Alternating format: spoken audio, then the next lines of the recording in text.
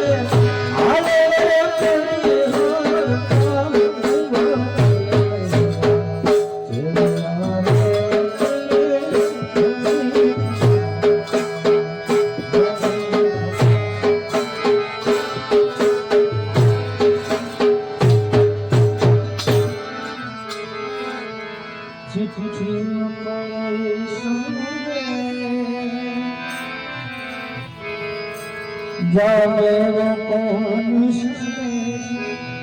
जहाँ तुम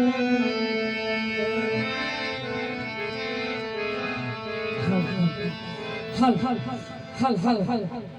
हल हल हल हल हल जो के मारे तो एक દીકરો હતો 3 દીકરીઓ પણ જો કેવતમાં છે ને કે દુખ્યું છે કોઈ દી સુખ્યું નથી થતું જો માવતરમાં પણ બાપુજી નથી પછી અમે 7 બહેનો છે ભાઈ પણ નથી અને માં પણ આંતરા છે પછી મને એમ હતું કે ભગવાને મને દીકરો દીધો ને એમાં મારે બાપ ને ભાઈ ને માં બધું આવી ગયું પણ એ ભગવાને મને છોકરો લેવા દીધો ક્યારે આપણે જેથી દેવાજ બોદર અને એના ઘરના જેથી ઉગાનું મરસ્ય બોલાની મને આજે યાદ આવ્યું મારે બોલાય એમ તો નથી પણ કાળજે કઠણ રાખીને ખા કે ભગવાનને મને કાળજે બાણ માર્યા એમ એને કેમ એના ઉગાના મરસ્યાના અંકરીને એના કાળજામાં રાખ્યા હતા એમ મેં પણ રાખ્યા આજે મારે ખાલી એક મરસ્ય બનવું કે યુગા તું તો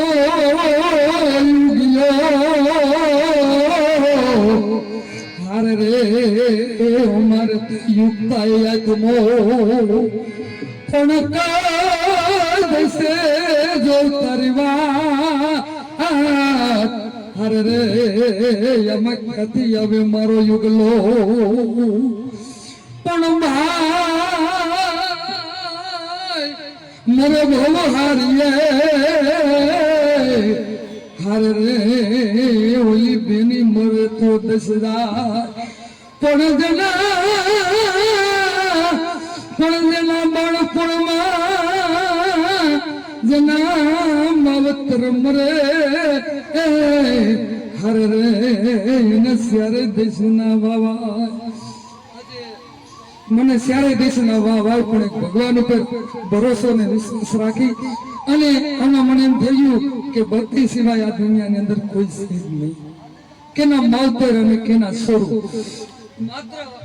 ભગવાનના પ્રભુનું ભજન કરો અને રામનું નામ લ્યો એટલે જે સ્વર્ગવાસી આત્માને ભગવાન એના આત્માને શાંતિ આપે અને એના જીવને મોક્ષ આપે માટે પ્રભુનું ભજન કરો એવી મારી હવે ઈચ્છા છે એટલે આ જે કઈ દિવસો વિતાવીએ આ ભગવાનના ભજનમાં દિવસો વિતાવીએ બાકી આજે આપણે જવું છે અને કાલે જવું છે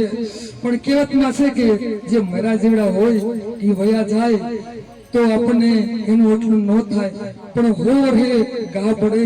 તો આપણો ગૌરવ માવતર વહી જાય તો આપણે થાય તો મારો તો 30 વર્ષનો દીકરો એક ના એક 3 બહેનો ને એક જ ભાઈ તો ખુદ ડોક્ટર હતો પણ છતાંય પ્રભુને આ ન ગમ્યું તો જેવું ભગવાનને ગમે હાસું જે કુદરત કરે ખરી એટલે આ જગતની અંદર ભગવાનને મનુષ્ય અવતાર આપ્યો ને તો મારો બાપુ માણી લેજો કાલની કોઈને ખબર નથી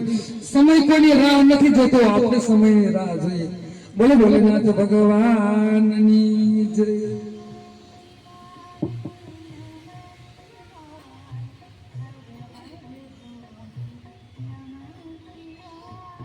Be a me.